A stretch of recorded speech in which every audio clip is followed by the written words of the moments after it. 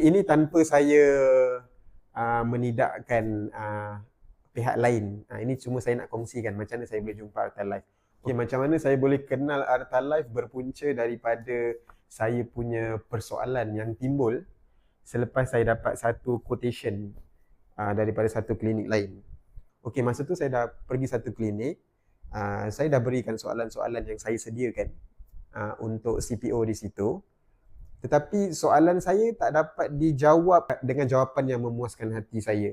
Waktu tu lebih kepada macam nak jual kaki je. Pada waktu tu lah saya beranggapan macam tu. Sebab apa benda yang saya tanya tak dapat dijawab secara teknikal. Okey, dulu saya pakai kaki palsu ni, saya pakai sakit.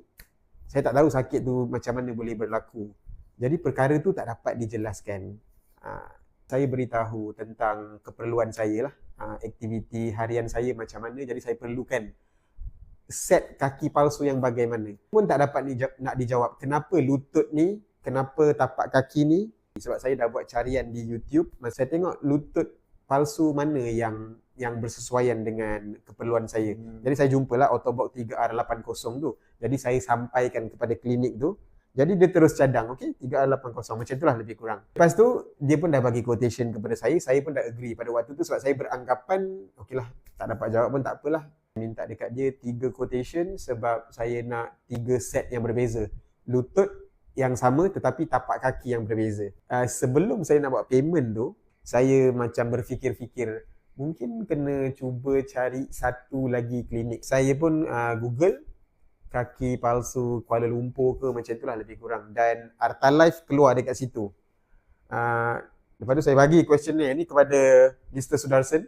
Saya boleh katakan 80% daripada soalan saya dapat dijawab dengan jawapan yang teknikal. Oh, dia boleh macam tu sebenarnya dia boleh. Dia memang ada model tu, dia tunjuk kat kita lutut tu boleh buat apa. Lepas tu tapak kaki tu, yes, saya cakap dengan dia saya nak pakai Triton HD. Tapi dia kata dengan saya, berdasarkan saya punya questionnaire dan berdasarkan saya punya penceritaan, saya lebih baik pakai Triton 1C68.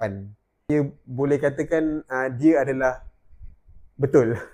Sebab bila saya dah pakai 1C68 ni, memang itulah yang saya perlukan berbanding dengan Triton HD tu. Sebab saya tengok Triton HD tu dia ada limitation berbanding dengan yang ini yang saya pakai sekarang. Jadi bila Mr. Sudarsan explain kepada saya perkara-perkara yang patut disampaikan tu, saya terus bersetuju dengan dia dan saya terus buat booking payment kepada pihak Artalife pada waktu tu.